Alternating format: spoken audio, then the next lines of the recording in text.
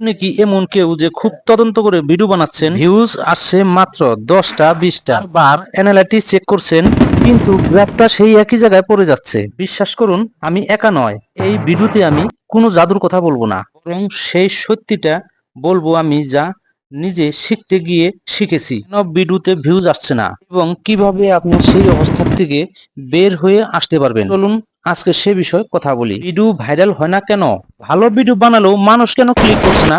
অনেক সময় আমরা মনে করছি ভিডিওর কোয়ালিটি, সবকিছু, কিন্তু আসল সমস্যাটা অন্য কোথায় লুকিয়ে থাকে। আজকের ভিডিওতে আমি এমন 3টা ভুল নিয়ে আলোচনা করব যা আমি নিজেও করতাম এবং যার কারণে আমার ভিডিওতেও ভিউজ আসতো না। আপনি কি এই ভুলগুলো করছেন? তাহলে এই ভিডিওটি আপনাদের জন্য। তার জন্য কি করতে হবে? ওয়াই টু স্টুডিও আপনি ওপেন করে নিতে হবে। ওপেন করার পর নিচে কন্টিনিউ অপশনটা আছে, এই জায়গায় আপনি ক্লিক করে দিবেন। ক্লিক করার পর দেখুন এরকম ফেস আপনার কাছে চলে আসবে। আসার পরে এই যে উপরে লেখা আছে অল ভিউ, ঠিক আছে? এই জায়গাতে আপনি ক্লিক করার পর দেখুন এরকম করে একটা ইন্টারফেস চলে আসছে আপনাদের কাছে। তো এই জায়গায় অনেক ভিডিও আছে আমার কাছে। তো আমি এটা চ্যানেলটা বাদ দিছি এখন।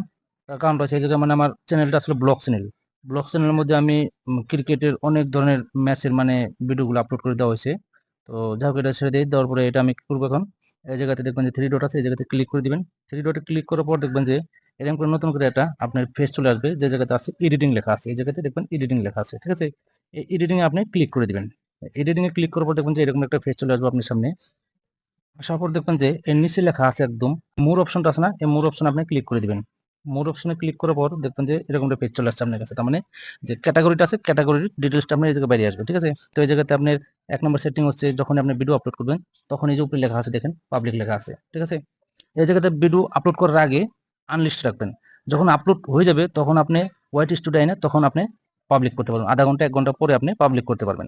এই তো এই জায়গাতে লেখা আছে, আপনি আছে দেখুন ডিসক্রিপশন, ঠিক আছে?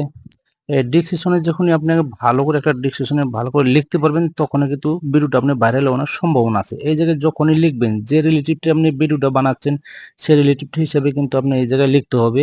আর লেখার আগে একটা কাজ করতে হবে যে আপনার হ্যাশ ব্যবহার করবেন। সবটা টিপস লেখার পরেই হ্যাশ ব্যবহার করবেন। হ্যাশ ব্যবহার করার পরেই কিন্তু আপনি একটা ভিডিও ভাইরাল হবে, মানে সম্ভাবনা বেশি। দ্রুত গতিতে আপনার ভিডিওটা ভাইরাল হওয়ার সম্ভাবনা থাকে। এর মধ্যে এই ট্যাগগুলো একটু নিচে চলে যাবেন। তারপর দেখবেন যে জায়গায় ট্যাগ লেখা আছে, এই যে ট্যাগ আছে, এই জায়গায় ক্লিক করে দিবেন। অনেক ধরনের ট্যাগ আছে, ঠিক আছে? অনেক রকম ট্যাগ আছে। এই ট্যাগ যখন দিতে পারেন ভালো করে তখনই আপনার হবে। আর এই জায়গাতে মেন ভুলটা মানুষে এই ভুলটাই করে যে এই জায়গাতে দেখেন স্পট লেখা আছে। আমি আগে বললাম যে আমার চ্যানেলটা হচ্ছে ব্লগ, কিন্তু আমি ব্লগ চ্যানেলে অনেক ভিডিও ঢালছি। অনেক ভিডিও ঢালার পরে আমি এটা কি করছি, ফির স্পট টিমটা সিলেক্ট করে রাখছি। তার মানে ক্রিকেটের যত ম্যাচ আছে সেগুলি আমি ভিডিও আপলোড করে থাকি। তো চ্যানেলটা মানে একটু অসুবিধা হচ্ছে যার জন্য এটা আমি বাদ দিছি। তো এই জায়গাতে আপনারা ভুল করবেন না। এই জায়গাতে যে ক্যাটাগরিতে আপনি ভিডিওটা আপলোড করবেন ওই ক্যাটাগরি হিসেবে কিন্তু আপনি চ্যানেলটা সেট করে নেবেন। যেরকম ধরুন এই জায়গায় প্লাস আইকন আছে, ঠিক আছে? প্লাস আইকন আপনি ক্লিক করে দিবেন। প্লাস আইকনে যখন ক্লিক করবেন তখন দেখবেন যে দুনিয়ার ক্যাটাগরি, অনেক ক্যাটাগরি চলে আসছে। যত কটা ক্যাটাগরি আছে সব কটা ক্যাটাগরি এই জায়গায় চলে আসবে। কমিটি আছে, ঠিক আছে? কমিটি আছে, এডুকেশন আছে, অনেক ধরনের ক্যাটাগরি কিন্তু এই জায়গায় চলে আসবে আপনার সামনে। গেমিং আছে, ঠিক আছে?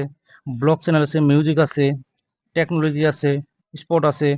যে ধরনের আপনার ভিডিও বানাবেন ওই ধরনেরই আপনার ক্যাটাগরিটা সিলেক্ট করে তারপরে কিন্তু আপনি ভিডিওটা আপলোড করার জন্য চেষ্টা করবেন। এই ক্যাটাগরি হচ্ছে মেন। যে ক্যাটাগরিতে ভিডিও আপলোড করবেন ইউটিউবরা কি করবো সেই ক্যাটাগরি হিসেবে কিন্তু ভিডিওটা আপনার ভাইরাল করব। সঠিক মতন যদি আপনারা ক্যাটাগরি সিলেক্ট না করতে পারেন তাহলে কিন্তু ভিডিওটা কোনো সময় আপনার ইউটিউব অ্যালগরিথম থেকে কিন্তু কোনো সময় আপনি ভিডিওটা ভাইরাল করার জন্য চেষ্টা করবে না, ঠিক আছে? এটা হচ্ছে মেন।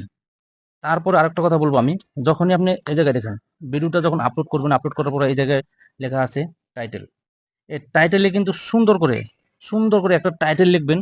যে টাইটেল লেখার পরে ভিডিওটা আপনার ভাইরাল হওয়ার সম্ভাবনা বেশি থাকে।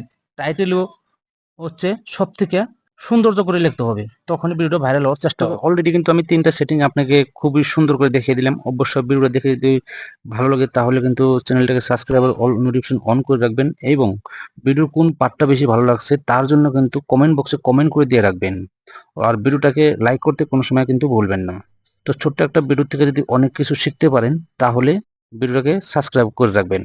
আর কমেন্ট বক্সে কমেন্ট করে রাখবেন যে কোন ধরনের কোন রিলেটিভটা আপনার ভিডিওটা লাগে সেই বিষয়ে আমি কিন্তু ভিডিও বানিয়ে দেবো। যদি ভিডিও দেখে যদি ভালো লাগে তাহলে সন্তুষ্ট যদি লাগে তাহলে কিন্তু আমার ভালো লাগবে। পরের ভিডিওতে ফির দেখাবো আপনাদের সাথে। আজকে ধন্যবাদ।